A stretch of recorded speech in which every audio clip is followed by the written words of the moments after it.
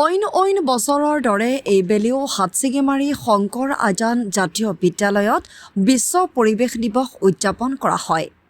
ছাত্ৰ-ছাত্ৰীসকলৰ লগতে বিদ্যালয়ৰ পৰিচালনা সমিতিৰ বিষয়ববীয়া আৰু শিক্ষাগুৰুসকলে অংশগ্ৰহণ কৰে বৃক্ষৰোপণ কাৰ্যসূচীত।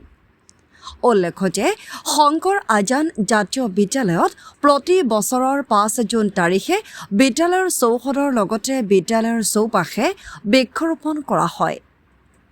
আজিৰ কাৰ্যসূচীত বিশেষকৈ শংকৰ আজান জাতীয় বিদ্যালয়ৰ পৰিচালনা সমিতিৰ উপ-সভাপতি হাৰুনুৰ ৰছিদ আকন্দ, সহকাৰী সম্পাদক আব্দুল্লা চৰকাৰ, বিদ্যালয়ৰ অধ্যক্ষ সুদিল নাথৰ লগতে শংকৰ আজান জাতীয় বিদ্যালয়ৰ শিক্ষাগুৰুসকল আৰু ছাত্ৰ-ছাত্ৰীসকলে অংশগ্ৰহণ কৰি বিশ্ব পৰিৱেশ দিৱস উপলক্ষে এজোপাকৈ বৃক্ষ ৰোপণ কৰি সেইবোৰ যত্ন লোৱাৰ প্ৰতিশ্ৰুতি দিয়ে। মই শংকৰ আজান জাতীয় বিদ্যালয়ৰ ভাইচ প্ৰেচিডেণ্ট হয়। আজি ৫ জুন বিশ্ব পৰিৱেশ দিৱস।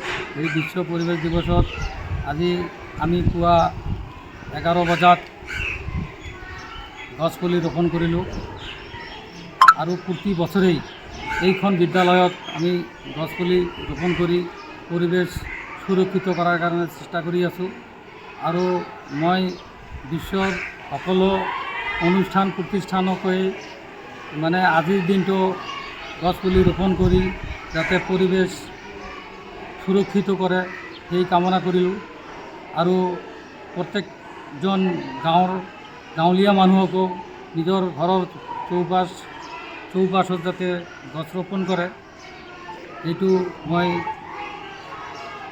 সকলোকে অনুৰোধ জনাইছোঁ যাতে দেখা গৈছে আজি আপোনালোকৰ কাৰ্যসূচীত ছাত্ৰ-ছাত্ৰীসকলে অংশগ্ৰহণ কৰিছে।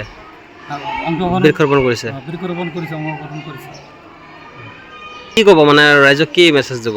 ৰাইজক আমি এইখিনিয়ে মেছেজ দিম যাতে আজিৰ এই বিশ্ব পৰিৱেশ দিৱসত সকলোৱে যাতে ঘৰে ঘৰে গছ ৰোপণ কৰে, পৰিৱেশ সুৰক্ষিত ৰাখে আৰু যাতে আমি পৰিৱেশ মানে ভাল এটা পৰিৱেশ আনিব পাৰোঁ সেইখিনিয়ে মই ৰাইজক কম আৰু।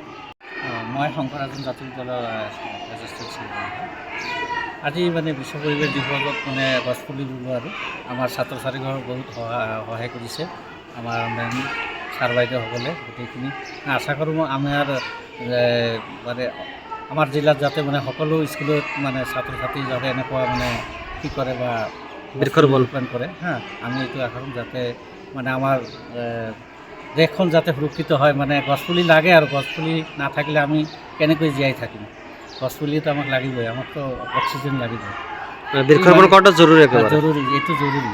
গছপুলি নকৰিলেতো আমাৰ মানে মানুহ জীয়াই থাকিব নোৱাৰে, যিটো কথা হয়। এইখিনি বিদ্যালয়তে প্ৰতিবাৰে এনেকুৱা বৃক্ষৰোপণ কাৰ্যসূচী কৰা হয় প্ৰতিবাৰে হয়। এটা আপুনি নিজে চাইছে, ইয়াতে আছে ৰোপণ কৰা আছে, ডাঙৰ হৈছে অলৰেডি, আপুনি বুজি লৈছে চাই আছে।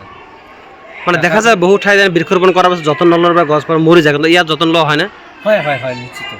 আমাৰ ইয়াত বহুত ভালভাৱে যত্ন লৈছে। আপুনি নিজে ইয়াতে পৰিৱেশটো চালে গম পাব।